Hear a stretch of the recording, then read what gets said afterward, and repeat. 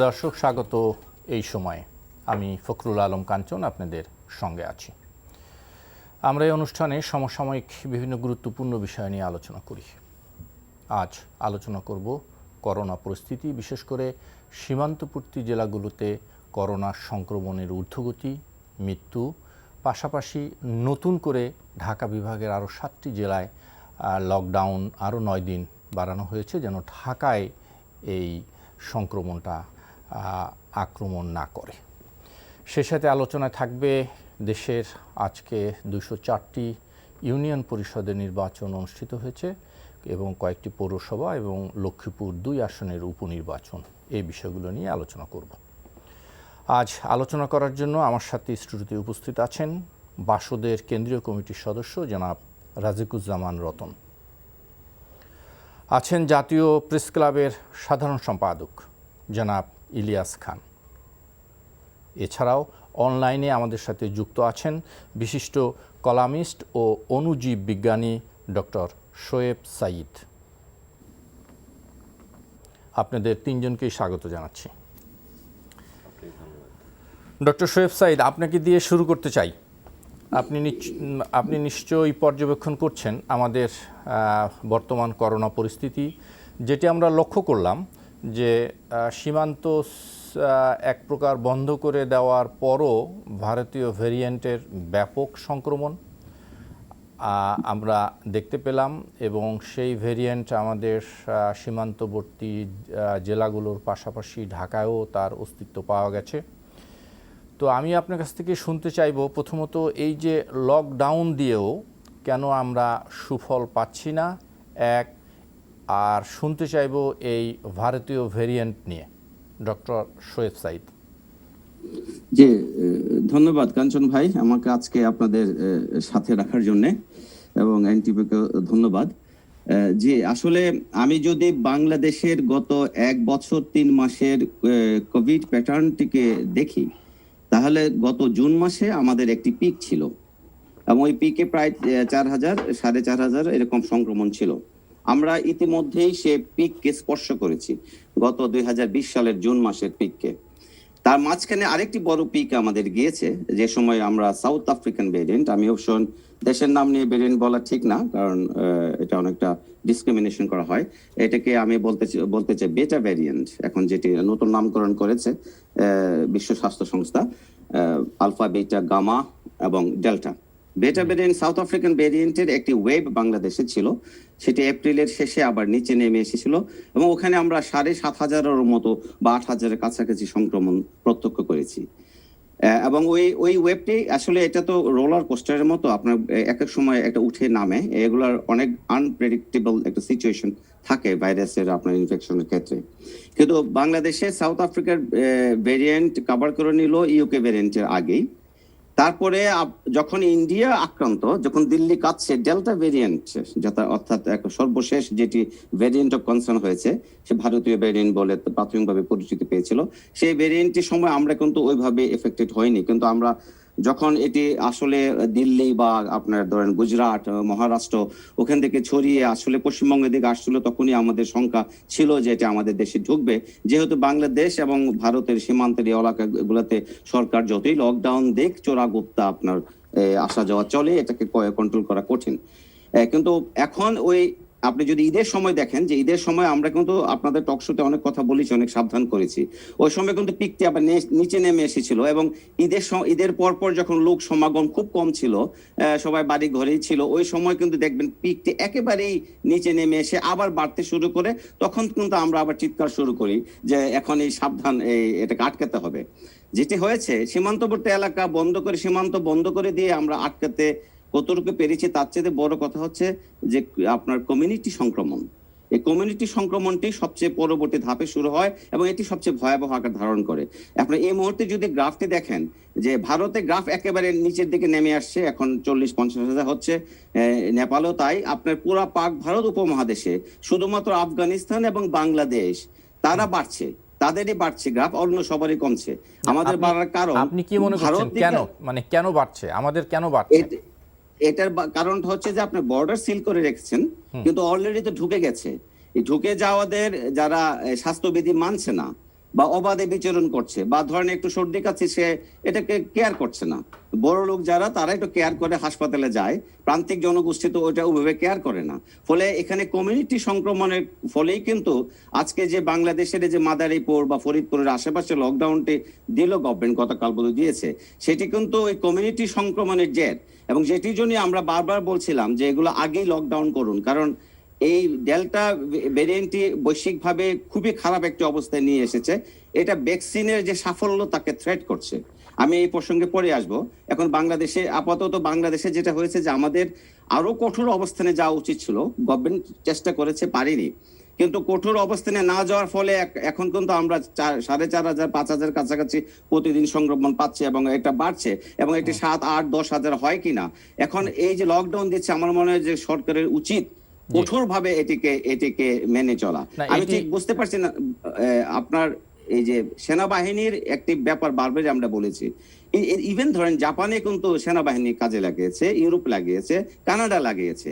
আমাদের সেনাবাহিনীকে এই ব্যাপারে কাজে লাগানোর একটা ভয়ভীতির ব্যাপার থাকে, লোকজন শুনে মানে। ফলে একটা খুব জরুরি পরিস্থিতিতে এটাকে এই মুহূর্তে কঠোর অবস্থানে না গেলে আপনার ভারতের মতো বিপর্যয়ের সম্মুখে আমাদের পড়তে হয় কিনা, এই ভয়টি কিন্তু আমাদের আছে।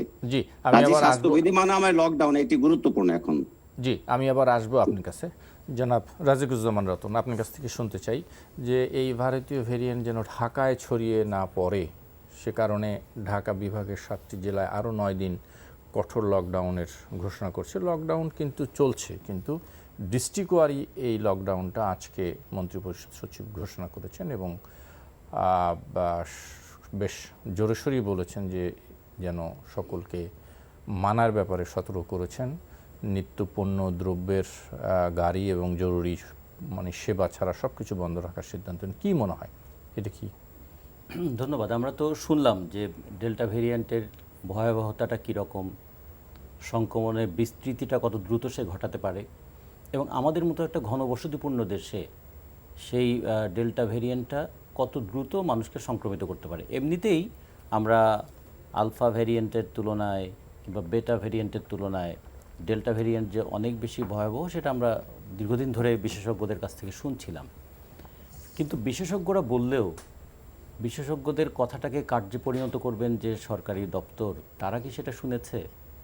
আজকে একটা দুঃখজনক ঘটনা দেখলাম আমরা, যে বাংলাদেশের উপজেলাগুলোতে 3 লাখ টাকা করে দেওয়া হয়েছিল করোনাকালীন বিশেষ উদ্যোগ নেওয়ার জন্য স্বাস্থ্য বিভাগকে। তার 45টা উপজেলার মধ্যে অনেকগুলোতে 1টা টাকাও খরচ করেনি গত 1 বছরে। তো 3 লাখ টাকাও যারা খরচ করেনি, আমরা দেখেছিলাম যে করোনা সংক্রমণের হাত থেকে মানুষকে বাঁচাবার জন্য, সুরক্ষিত রাখবার জন্য গত বাজেটে 10,000 কোটি টাকার থোক বরাদ্দ হয়েছিল। গত 1টা বছর পার হয়ে গেল, 7,500 কোটি টাকা খরচই করা হয়নি। করোনায় এটা কেন হচ্ছে কি মনে হয়? সেটা করোনার কে কেন্দ্র করে স্বাস্থ্য বিভাগ গবেষণা খাতে 100 কোটি টাকা বরাদ্দ করা হয়েছিল, 1টা টাকাও খরচ করা হয়নি। তাহলে করোনার হাত থেকে আমরা বাঁচবো কি দিয়ে? মনের জোর দিয়ে? আমাদের তো যুক্তির জোর লাগবে, তার সঙ্গে আমাদের প্রতিষ্ঠানের সামর্থ্য লাগবে, জনগণের সচেতনতা লাগবে, এবং লকডাউন হলে যে মানুষের ক্ষুধাকে তো আর লকডাউন করা যায় না, তো সেই ক্ষুধার্ত মানুষের খাবারের ব্যবস্থাটাও করতে হবে। আমরা তো খাদ্যে বাম্পার ফলাচ্ছি, এদিকে তো আমাদের কোনো সমস্যা নেই। আমাদের প্রচুর পরিমাণ টাকাও আছে, আমাদের বৈদেশিক মুদ্রার ভাণ্ডার উপচে পড়ছে। আমরা এখন শ্রীলঙ্কাকে লোন দিচ্ছি, সেই দেশ আমরা খাদ্য সহায়তা দিয়ে কেন 14 দিনের একটা কোয়ারেন্টাইন পিরিয়ড রক্ষা করতে পারছি না? অনুজীব বিজ্ঞান এখানে আছে না? আমরা তো এইটুকু বিজ্ঞানের যতটুকু আমরা বুঝি, তাতে বুঝি যে প্রত্যেকে তো একটা লাইফ সাইকেল আছে। তা এই করোনা ভাইরাসেরও একটা সাইকেল আছে, সেটাকে পূরণ করতে গেলে অন্তত 14 দিনের একটা কড়াকড়ির ব্যবস্থা যদি রাখা যেত। কখনোই আমাদের সেটা করা যায়নি। 7 দিন করে রাখা হয়েছে, ফলে মানুষের চলাচলও বন্ধ হয়নি, মানুষের সংযোগটাও বন্ধ হয়নি। আবার ধরুন ঢাকায় যারা সংক্রমিত হয়েছেন, একটা রিপোর্টে আমরা দেখলাম যারা সংক্রমিত হয়েছেন তাদের মধ্যে 68% হচ্ছে ডেল্টা ভেরিয়েন্টের। তাহলে এখন লকডাউন করে তো এটাকে আপনি রক্ষা করতে পারবেন না। আমরা যে 3 জন এখানে বসে আছি, এর মধ্যে যে কোনো একজন যদি সংক্রমিত হই, বাকি 2 জনকে তো সংক্রমিত করে ফেলবই। আগের যে আলফা এবং বেটার ক্ষেত্রে যেটা বলা হয়েছিল 1 জন থেকে 2 জন, 2 জন থেকে 4 জন এরকম হতে পারতো, এটা তো 1 জন থেকে 6 জন, মানে এর ছড়ানোর হার অনেক বেশি। আমাদেরকে বারবার সচেতন করা হয়েছে। এর মধ্যে দেখুন ছড়িয়েছে কোন অঞ্চলগুলোতে? সীমান্ত অঞ্চলগুলো। সীমান্ত অঞ্চলগুলোর মধ্যে 3টা প্রধান মেডিকেল কলেজ হাসপাতাল, একটা রাজশাহী মেডিকেল কলেজ হাসপাতাল, একটা রংপুর মেডিকেল কলেজ হাসপাতাল, একটা খুলনা মেডিকেল কলেজ হাসপাতাল। 3টা মেডিকেল কলেজের সক্ষমতাটা দেখুন। তাহলে এই মেডিকেল কলেজগুলো কি সেখানে আক্রান্ত মানুষদেরকে ন্যূনতম স্বাস্থ্য সুবিধা দিতে পারবে? রংপুর মেডিকেলের 26টা আইসিইউ বেড, রাজশাহী মেডিকেলেও 26টা, আর খুলনাতেও এরকম। তাহলে আমাদের গোটা দেশে যদি 1150 কিংবা 1200 আইসিইউ বেড থাকে, তার মধ্যে ঢাকাতেই আছে 800 থেকে 900টা। প্রতি 1000 মানুষের জন্য সরকারি হাসপাতালে মাত্র 3 ভাগের 1 ভাগ বেড, আর বেসরকারিতে আছে 6 ভাগের 1 ভাগ। এগুলো হচ্ছে আমাদের কথা বলছেন যে চিকিৎসা। আমি যেটা বলছি যে আইসিইউটা তো শেষে, জি জি, তার আগে লাগবে আমাদের অন্তত হাসপাতালগুলোতে গেলে যদি শ্বাসকষ্টটা খুব তীব্র হয়, তাহলে অন্তত অক্সিজেন ব্যবস্থাটা করতে হবে। গত একটা বছর যথেষ্ট সময় ছিল আমাদের জেলা শহরের হাসপাতালগুলোতে সেন্ট্রাল অক্সিজেন সাপ্লাই ব্যবস্থাটা করা। এখন আমাদের 24-25টা জেলার হাসপাতালে এই ব্যবস্থাটাই নাই। তাহলে আমি তো আইসিইউতে যাওয়ার শেষ মুহূর্ত, তার আগের মুহূর্তগুলোতে আমি কীভাবে প্রোটেকশনটা দেব? জনগণকে সতর্ক করব যেরকম, সচেতন করব যেরকম, তেমনি আক্রান্ত হয়ে গেলে তাদের চিকিৎসাটা দেব কেমন করে, সেই বিষয়টা তো রাষ্ট্রের করা দরকার। এবং আমরা বারবার আমাদের এই যারা স্বাস্থ্য বিশেষজ্ঞ ছিলেন, ভাইরোলজিস্ট যারা ছিলেন, যারা মাইক্রোবায়োলজিস্ট ছিলেন, তাদের মতামতগুলো আমরা নিয়ে একটা যদি সাধারণ নীতিমালা গ্রহণ করা হতো, এবং সেই ক্ষেত্রে অ্যাডহক ভিত্তিতে লকডাউন নয়, লকডাউন যখন হবে সেটা একটা কার্যকর লকডাউন হবে। এই 14 দিন জনগণকে এইটুকু বোঝানো হবে, তুমি তোমার সুরক্ষা যেমন করবে, সাথে সাথে তোমার সন্তান পরিবার তাদের সুরক্ষাটাও করবে, এবং আমরা রাষ্ট্র আছি তোমার পাশে, যে এই 15 দিন তোমাকে আমরা সুরক্ষা দেব। তাহলে হতো কি, এই লকডাউনটা মানুষ মানত। জি জি, একটু আসি জনাব ইলিয়াস খান, আপনি শুনছিলেন। আমরা যদি বলি যে বলা হচ্ছে যে লকডাউন ঘোষণা হচ্ছে সবসময় একের পর বলা হচ্ছে না, আমরা দেখছি। জি, কিন্তু এই লকডাউনের যে সুফল সেটি আমরা পাচ্ছি না। সুফল পাওয়ার তো কোনো সুযোগ নেই। যেমন আজকে যে বলেছে যে ঢাকা 10 দিন বিচ্ছিন্ন থাকবে, যাতে করে গ্রাম থেকে যারা আক্রান্ত হয়েছেন ঢাকায় আক্রান্ত না করতে পারেন। সেখানে কিন্তু শুধু বাসের কথা বলা হয়েছে, যে কোনো বাস ঢাকায় ঢুকতে পারবে না, বাট অন্যান্য বিমান, তারপরে লঞ্চ, আপনার এলাকা থেকে বরিশাল লঞ্চ, হ্যাঁ, যে হাজার হাজার লোক আসে, এগুলো সম্পর্কে কোনো নির্দেশনা নেই। কি লকডাউন ডাকছে, কেন ডাকছে, নোবডি নোজ। শুধু একটি জায়গায় খুব সফল হচ্ছে লকডাউন দিয়ে, সেটি হচ্ছে যে স্কুল শিক্ষা প্রতিষ্ঠান শেষ করে দিচ্ছে বাংলাদেশে, শিক্ষা ব্যবস্থাকে শেষ করে দিচ্ছে, একদম একেবারে শেষ হয়ে গেছে। এবং এটি যে কবে উদ্ধার হবে আমরা কিন্তু জানি না। শুধু স্কুল, কলেজ বা ইউনিভার্সিটি যদিও অনেক দুর্মুখ বলেন যে সরকার যে অত্যাচার, নির্যাতন, যে অনিয়ম, দুর্নীতি করছে, এর ব্যাপক আন্দোলন হতে পারে, সেই কারণে এখন শিক্ষা প্রতিষ্ঠানে লকডাউন দিয়ে শিক্ষা প্রতিষ্ঠান খোলার তো 13ই জুন একটি তারিখ ঘোষণা করেছিলেন শিক্ষামন্ত্রী। পরবর্তীতে তো আবার সংক্রমণ আবার বেড়ে যাওয়াতে সেই তারিখটা তো পিছানো হলো না। মাঝে তো অনেক দিন মোটামুটি বলা, ফার্স্ট ওয়েভের পরে যে সময়টি ছিল বেশ ভালো অবস্থা ছিল, কিন্তু যেমন টুরিস্ট পার্ক খুলে দেওয়া হয়েছে, যেখানে মানুষ গাদাগাদি করে, যদিও আমিও গিয়েছিলাম ঘুরতে আমার বাচ্চাদের নিয়ে। সেটি বলছি এই কারণে যে সেখানে লাখ লাখ লোক ছিল। যেমন কক্সবাজার একদিন প্রায় এমন লোক ছিল যে হোটেলের সিঁড়ি, ফুটপাত, সব জায়গায় মানুষ ঘুমিয়েছে। কিন্তু শিক্ষা প্রতিষ্ঠানটা কেন জানি খোলা হচ্ছে না, এটি আমি জানি না।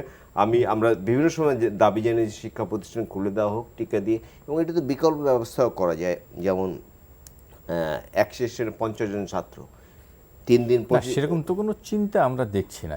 সেটাই বলছি যে 3 দিন 25 জন করলো, বাকি 3 দিন 25 জন করলো, স্পেস মেনটেন করে। হ্যাঁ, কিন্তু সেটা হচ্ছে। যাই হোক, যে প্রসঙ্গ আসছে, আমরা বিশেষ করে আমি খুব আতঙ্ক বোধ করছি যে ভারতের যে অবস্থা হয়েছিল, আমরা দেখেছি মানুষের সৎকার করার সুযোগ নেই, মানুষ হাসপাতালে জায়গা পাচ্ছে না, অক্সিজেন, গঙ্গা নদীতে লাশ ভাসছে, অক্সিজেন পাচ্ছে না। বাংলাদেশ কিন্তু সেই অবস্থা। আজকে একটু ছবি ছাপা হয়েছে, আজকে না কালকে দেখেছেন বোধহয়, ভাইয়ের মুখে শ্বাস দিচ্ছে আর এক ভাই। কি মর্মান্তিক দৃশ্য! আমি দেখে একদম আবেগাক্রান্ত হয়ে গেছি। তো ভাই যে কথাটি বললেন যে আসলে এটি কোনো প্ল্যান নেওয়া হয়নি। যেমন আমাদের কিন্তু লকডাউন, প্রকৃতপক্ষে লকডাউন বলতে যা বোঝায়, এ পর্যন্ত কিন্তু বাংলাদেশে হয়নি বলে আমি মনে করি। কারণ প্রথমে যে লকডাউনটা প্রথম হয়েছিল, লকডাউন সেই প্রথম ডাউনটা গত বছর একদম গত বছর যে সেটা জিনিসটা মানুষ ছিল, ভয়ে কিছুদিন বেরোয়নি। হ্যাঁ, এবং এক আতঙ্ক পর্যায়ে ছিল। না, রাস্তায় কিন্তু আইন শৃঙ্খলা রক্ষাকারী বাহিনী, পুলিশ এবং অন্যান্য এবং রাস্তা অন্যরা ফাঁকা হয়ে গিয়েছিল। হ্যাঁ, মানে তৎপরও ছিল।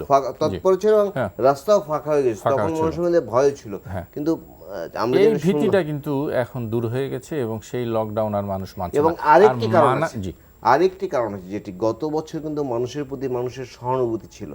যেমন আমার প্রতিবেশী খেতে পারছেন না বা আমি খেতে পারছি না, হ্যাঁ, আমার আমরা প্রতিবেশী প্রচুর আমাকে হেল্প করছে। সাহায্য কিন্তু সহযোগিতা এবার করতে কিন্তু দেখেছি। আমরা সেই দৃশ্য দেখছি না। মানুষ সিজন্ড হয়ে গেছে, মানুষ এই কষ্টের সঙ্গে কি বলে যে নিজেকে মিলিয়ে ফেলেছে যে কষ্ট করতেই হবে।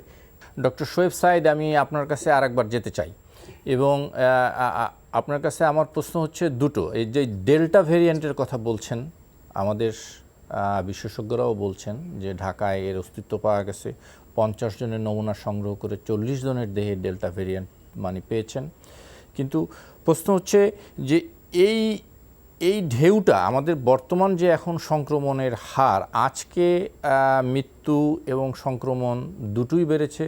সংক্রমণের হার প্রায় 19.27। আমি বলছিলাম যে আপনি কি মনে করছেন বা আপনারা যারা এ নিয়ে কাজ করেন যে এই ডেল্টা ভেরিয়েন্টের কারণেই সংক্রমণ ঊর্ধ্বগতি? ডক্টর শোয়েব সাইদ। জি, ধন্যবাদ। যে এ পর্যন্ত 4টি ভেরিয়েন্ট অফ কনসার্নের মধ্যে ডেল্টা ভেরিয়েন্ট হলো আপনার সবচেয়ে বেশি সংক্রমণ সক্ষমতা। ডেল্টা ভেরিয়েন্টটি আপনার, আমি যদি বলি যে আমাদের যে আলফা ভেরিয়েন্ট, যে ইউকে ভেরিয়েন্ট যেটি ছিল, সেটি বলা হয় যে উহানের যে প্রথম ভাইরাসটি, যে অরিজিনাল ভাইরাস, তার চেয়ে 60% বেশি সংক্রমণ সক্ষম ছিল।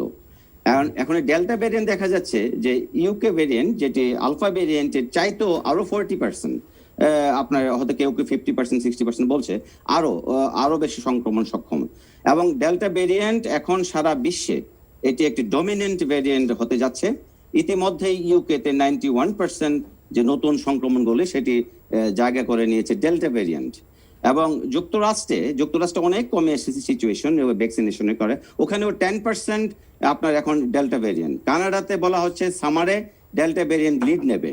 আর বাংলাদেশ তো ভারতের পার্শ্ববর্তী দেশ, বহু আগেই বাংলাদেশে ঢুকেছে এবং ঢুকে এখন বাংলাদেশের দুটো, একটি হচ্ছে যে বর্ডার থেকে নতুন ভাবে একটা আসছে, আর আমাদের কমিউনিটি সংক্রমণটা ব্যাপকভাবে বাড়ছে, যেহেতু এটি সংক্রমণ সক্ষমতা বেশি। এটি আপনার একজন লোক অনেক বেশি মাত্রায় তার চারপাশের লোককে এটি ছড়িয়ে দেবে। এবং এটি একটি সবচেয়ে ভয়ের কারণ হচ্ছে এই ডেল্টা ভেরিয়েন্টটির ব্যাপারে, যেটি হচ্ছে যে ভ্যাকসিন, আমাদের যদিও ভ্যাকসিন প্রোগ্রাম বাংলাদেশে তেমন নেই, কিন্তু উন্নত দেশগুলো যারা ভ্যাকসিন দিচ্ছে, এখন তো বন্ধই ছিল, এই গত 2 দিন যাবত আবার শুরু হয়েছে, কিন্তু সেটা খুবই স্বল্প মাত্রায় শুধুমাত্র মেডিকেলের ছাত্রছাত্রী এবং বয়োজ্যেষ্ঠদের দেওয়ার উদ্যোগ নেওয়া হয়েছে। জি, যে 10 লাখ 5 লাখ ভ্যাকসিন দিয়ে বাংলাদেশে তো আপনার হিসাবের পার্সেন্টেজ জানতে পারবেন না। যেটা হচ্ছে যে ডেল্টা ভেরিয়েন্টের সবচেয়ে বড় রিস্ক যেটি হচ্ছে, আমি আপনাকে 2-3টি তথ্য দিচ্ছি যেটি পিয়ার রিভিউড গবেষণা থেকে তথ্যগুলা।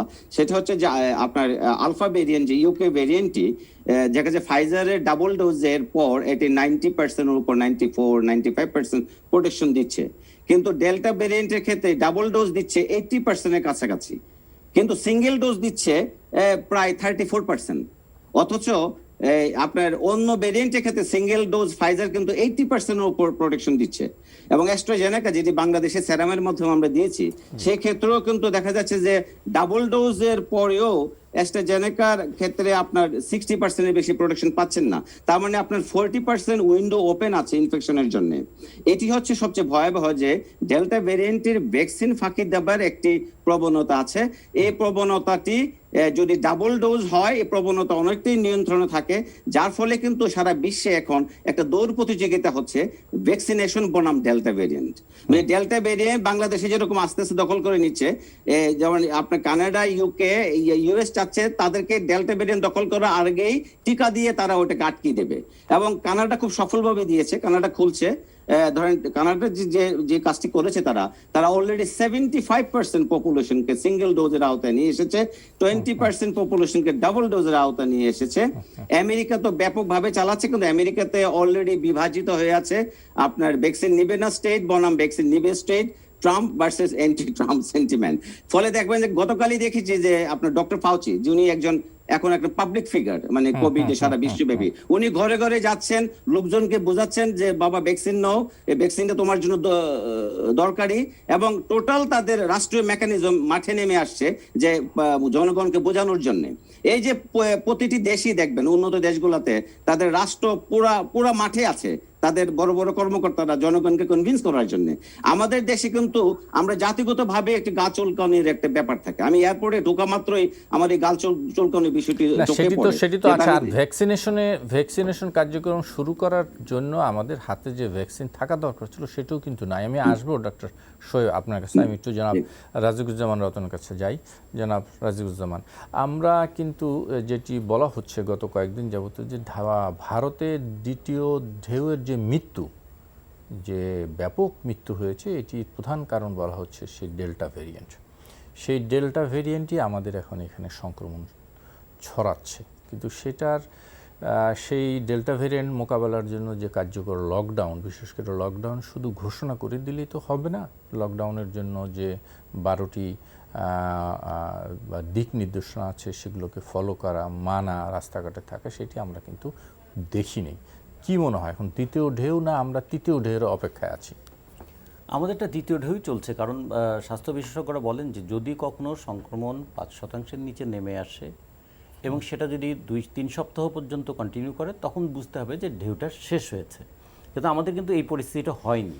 ফলে আমরা বলবো এটা এক্সটেনশন অফ সেকেন্ড ওয়েভ, দ্বিতীয় ঢেউয়েরই সম্প্রসারিত রূপ। এবং তার মধ্যে যেটা দেখছি আমরা, যে যেখানে ডেল্টা ভেরিয়েন্টের সংক্রমণের কারণে ভারতে দেখুন দুটো বিষয় এখানে খেয়াল করার মতো। একটা ছিল ভারতের নির্বাচন, দ্বিতীয়ত হচ্ছে কুম্ভ মেলা। নির্বাচন এবং কুম্ভ মেলার কারণে যে ব্যাপক জনসমাগম হয়েছিল তার ফলাফল কিন্তু এখন তারা পেয়েছে। আমাদের এখানেও কিন্তু এই যে সামনে ঈদ আসবে কিংবা এর আগে একটা ঈদ গেছে, সেই সময়ে আমরা কিন্তু মুভমেন্ট ম্যানেজমেন্টটা খুব ভালো করতে পারি নাই। এটাকে যদি ভালো করা না যায় তাহলে তার পরিণতিটা আমাদেরকে ভোগ করতে হবে। আমরা একটা অ্যাডভান্টেজ, একটা ন্যাচারাল অ্যাডভান্টেজ পেয়েছিলাম, সেটার কারণে বাংলাদেশে মৃত্যুর হারটা কম। এটা নিয়ে আমাদের সরকার আত্মতৃপ্তি লাভ করেছেন। কিন্তু আত্মতৃপ্তি লাভ করে তো আর মানে রোগকে প্রতিরোধ করা যাবে না।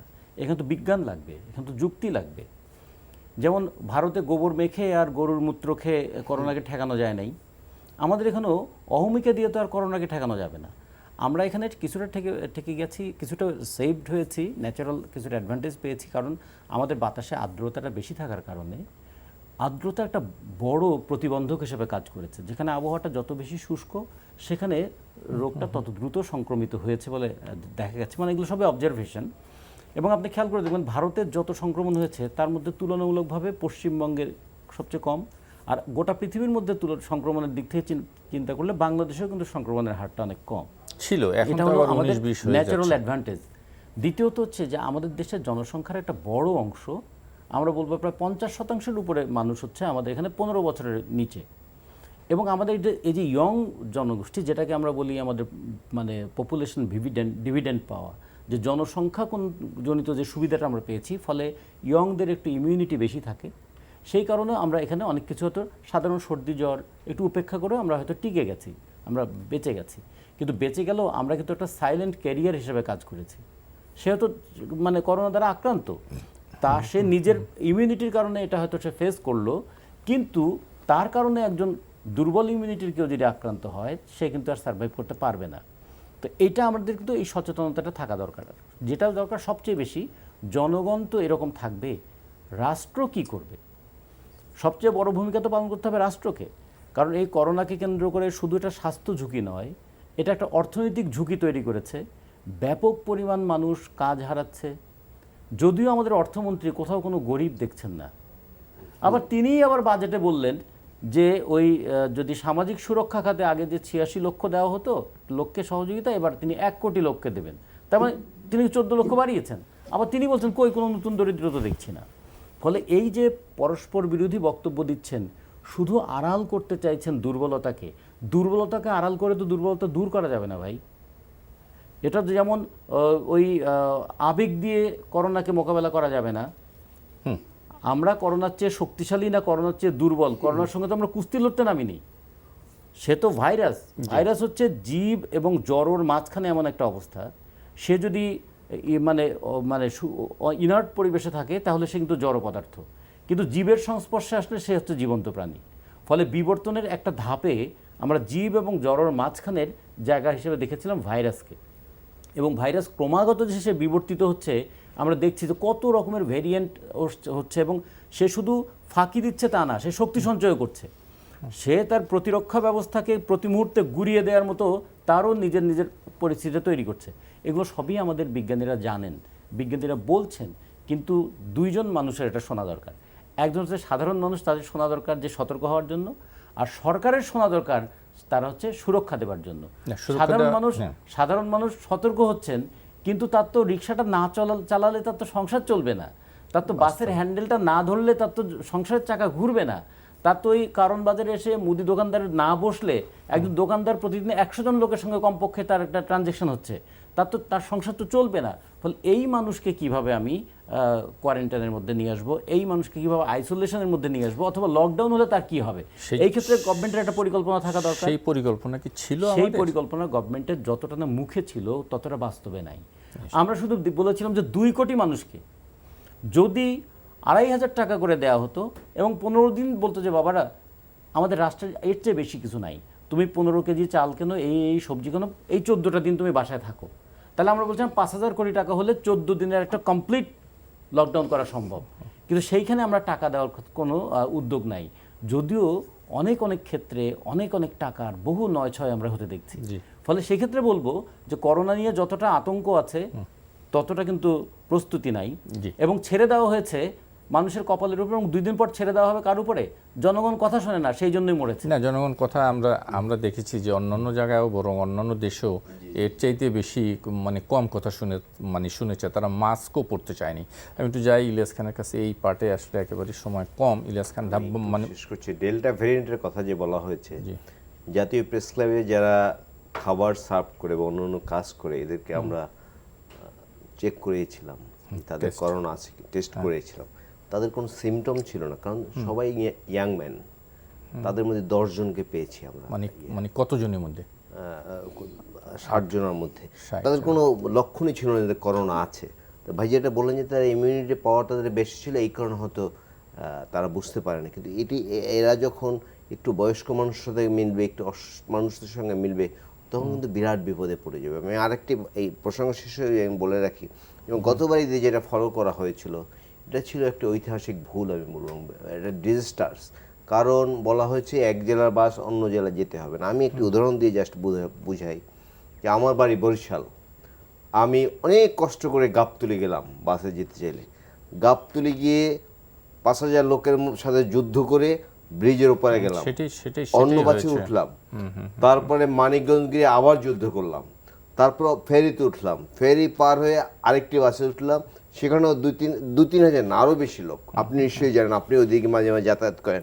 এটি বলছি এই কারণে, ফেরিতে তো পদদলিত হয়ে মারা যাওয়ার পর্যন্ত ঘটনা। এটি যদি আমি ডাইরেক্ট বাসে যেতে পারতাম, শুধু আমি যদি এফেক্টেড হই, শুধু আমার পাশের লোকটি ক্ষতিগ্রস্ত হতেন, আর এত হাজার হাজার মানুষ কিন্তু আমি মিট করতাম না। কিন্তু সরকারের এই পলিসির কারণে কিন্তু আমাকে 10-20-15 হাজার লোক মিট করতে হচ্ছে। ভোগান্তি যা আছে, ভাড়ার ভোগান্তি, স্বাস্থ্যের ভোগান্তি, সব কিছু তো ছিলই। সুতরাং যে সামনে যে ঈদুল আজহা আসছে, এটি সরকারকে বাস্তবতা মানতে হবে যে বাংলাদেশের মানুষ বাড়ি যাবে, আমরা যতই বলি। কারণ আমার মতো করে চিন্তা করলে হবে না, আমি বাচ্চা স্ত্রী নিয়ে ঢাকায় থাকি, অনেক মানুষ তাদের পুরো বছর শেষে একবার মিট করে তাদের একটা পরিকল্পনাই থাকে যে ঈদে তারা বাড়ি যাবে। ঈদ আসছে, আমাদের দেশের প্রেক্ষাপটে কিন্তু আবার ঈদুল আজহা, যেটাকে আমরা কোরবানির ঈদ বলি, সে কোরবানি ঈদে মানুষ কিন্তু আরো বেশি যায়। আর মনে হয় এই প্রসঙ্গ একটু বিরতি নেই, এরপর একটু ভিন্ন প্রসঙ্গে আমরা আলোচনা করতে থাকবো। দর্শক, আপনারা দেখছেন এই সময় আমরা ছোট্ট একটু বিরতি নিচ্ছি, আশা করি আপনারা আমাদের সঙ্গেই থাকবেন। জনাব রাজিকুজ্জামান রতন, আপনার কাছ থেকে একটু শুনে তারপরে যাব ডক্টর শোয়েব সাইদের কাছে। আজকে 203টি ইউনিয়ন পরিষদের নির্বাচন, কয়েকটি পৌরসভা এবং একটি উপনির্বাচন হলো। যদিও এই নির্বাচন থেকে বিএনপি অংশ নেয়নি, তারপর আমরা দেখলাম যে বরিশালে গৌরনদী এবং চরফ্যাশনে 2 জনের মৃত্যুর ঘটনা ঘটেছে। সংঘর্ষ হয়েছে, আহত হয়েছে। তো আপনি কেমন দেখলেন? যদি সহজ বলি, সাধারণত আমরা ইউনিয়ন পরিষদের নির্বাচনটা একটা উৎসব মুখর পরিবেশে দেখি, মানুষের অংশগ্রহণ, এলাকা ভিত্তিক এক ধরনের উৎসব কাজ করে এই ইউনিয়ন পরিষদের নির্বাচন। আপনি কেমন দেখলেন এবারের এই নির্বাচনটি? করোনা পরিস্থিতি তো ছিলই। নির্বাচনটা ছিল একটা প্রতিযোগিতা, যে কে কার চেয়ে ভালো করবে। যারা ক্ষমতায় ছিলেন তারা যা করেছেন, আর যারা ক্ষমতায় আসতে চান তারা কি করবেন, এ নিয়ে জনগণের মধ্যে প্রচার করবেন এবং একটা প্রতিযোগিতার মধ্য দিয়ে তারা বিজয়ী হবেন। আমরা নির্বাচনটাকে বানিয়েছি প্রতিদ্বন্দ্বিতা, এবং একটা মারমুখী প্রতিদ্বন্দ্বিতা।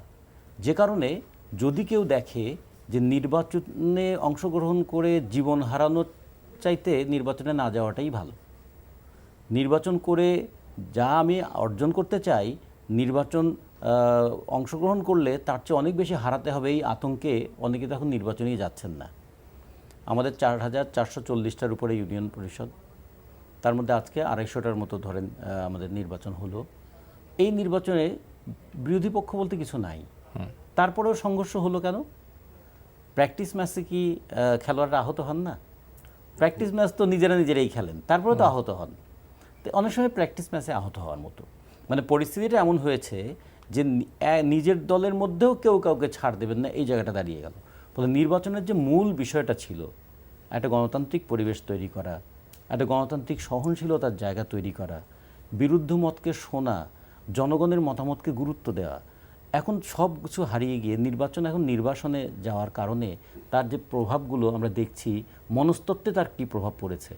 নির্বাচনে, ইউনিয়ন পরিষদের নির্বাচনে কারা জিতলেন কারা হারলেন, সেই নির্বাচনে এলাকায় কি প্রভাব পড়বে, এগুলো এখনও মানুষ ভাবছেই না। মানুষ ভাবছে কোনটা, যে এই নির্বাচনের মধ্য দিয়ে আমি যে আমার যা ছিল তাও হারালাম। যা ছিল মানে কি, কথা বলার একটা পরিবেশ ছিল, চায়ের দোকানে পক্ষ বিপক্ষ নিয়ে কথা বলার কথা ছিল। এখন চায়ের দোকানেও পক্ষ বিপক্ষ নিয়ে কথা বলা যাবে না, হয় রামদাদ নিয়ে তারা করবে অথবা পুলিশ এসে হামলা করবে। ফলে মানুষ কী হবে, চুপ হয়ে যাবে এবং মন জুগিয়ে কথা বলার একটা মানসিকতা তৈরি হবে। কোন কথা বললে আমি নিরাপদে থাকব, কোন কথা বললে যুক্তিটা প্রতিষ্ঠিত হবে, তার চেয়ে বড় কথা কোন কথা বললে আমি নিজেকে রক্ষা করতে পারবো। ফলে এই গোটা দেশে এই নির্বাচনকে নষ্ট করার মধ্য দিয়ে আমরা একটা সংস্কৃতিরও একটা অবনমন ঘটালাম। আর লক্ষ্মীপুরের নির্বাচন তো একদম পরিষ্কার হয়ে গেল। পাপুলের শূন্য জায়গা নির্বাচনে আওয়ামী লীগের ক্যান্ডিডেট পেলেন 1,28,000-এর মতো ভোট, 1 লক্ষ, আর প্রতিপক্ষ পেলেন 1,08,000।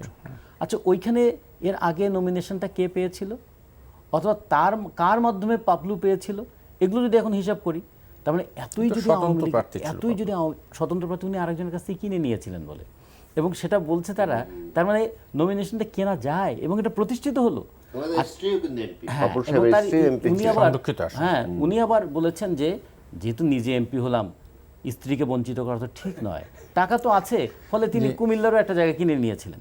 আচ্ছা, কুমিল্লায় আবার নির্বাচনে দেখলাম যে আওয়ামী লীগেরই মানে সহযোগী, ঘনিষ্ঠ কিংবা দুই ক্ষমতার অংশীদার জাতীয় পার্টি, সে নিজে এখান থেকে নির্বাচন থেকে উইথড্র করেছে, এবং সে কেন উইথড্র করলো এই জন্য জাতীয় পার্টি তাকে আবার বহিষ্কার করারও সিদ্ধান্ত নিতে যাচ্ছে।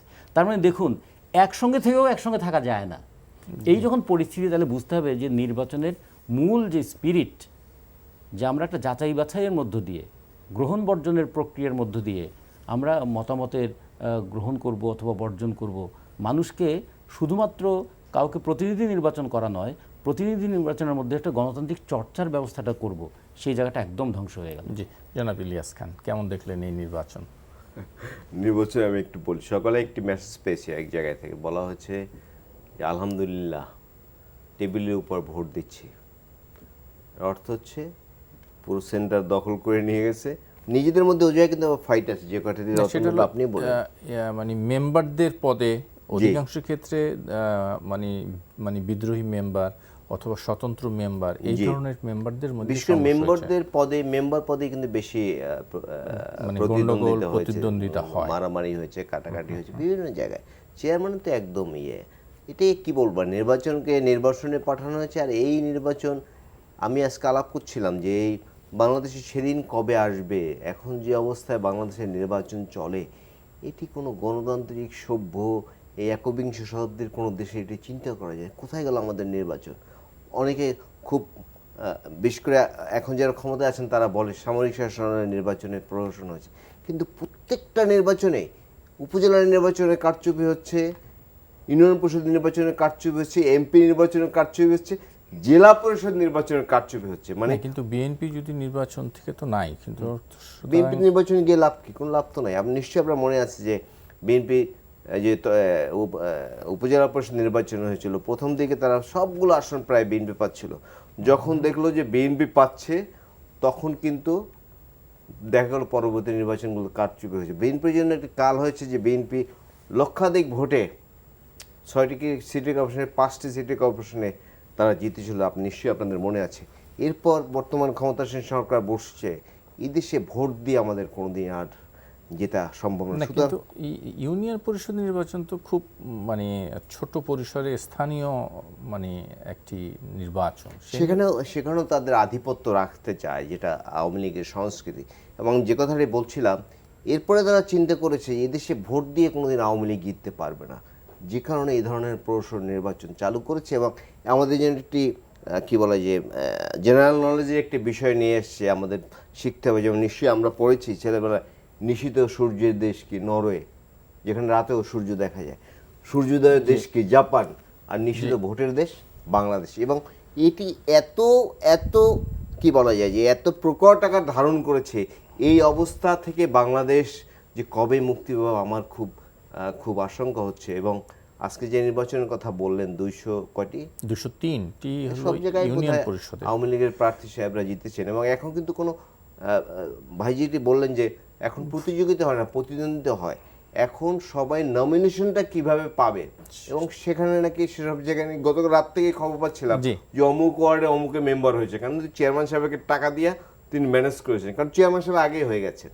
তারা এমন মেকানিজম করেছে যে তিনি আওয়ামী লীগের আগেই হয়েছেন।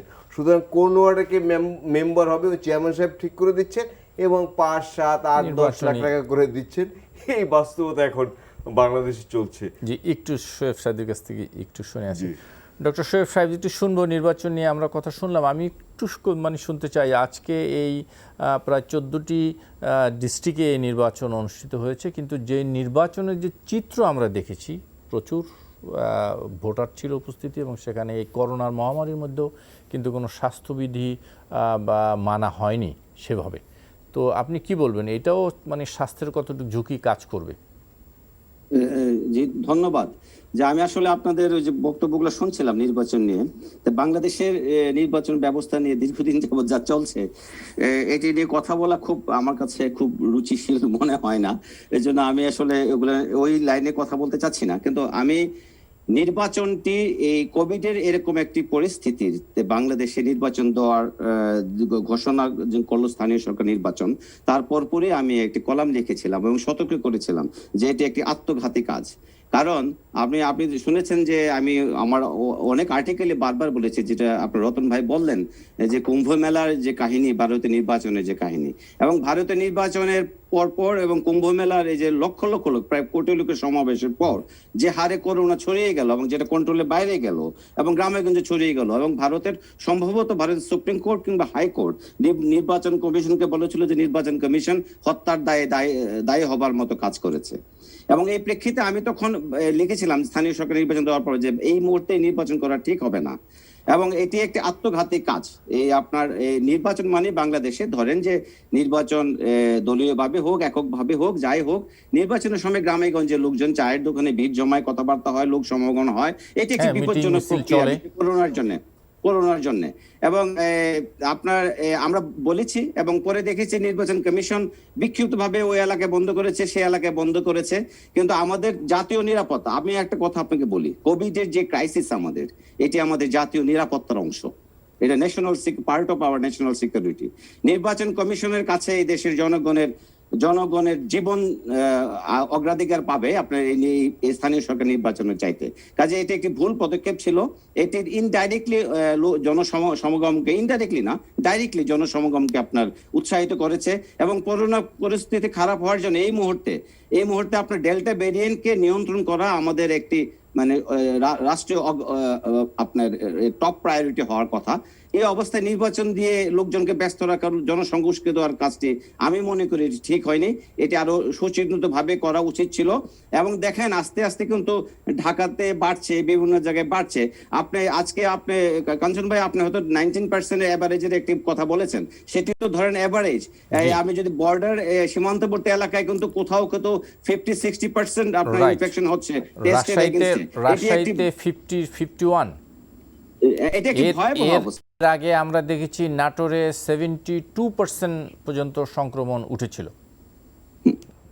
যার ফলে এই অবস্থায় নির্বাচনে ব্যস্ত থাকার চাইতে এই জাতির উচিত ছিল করোনা, বিশেষ করে ডেল্টা ভ্যারিয়েন্ট নিয়ে সারা বিশ্ব উদ্বিগ্ন।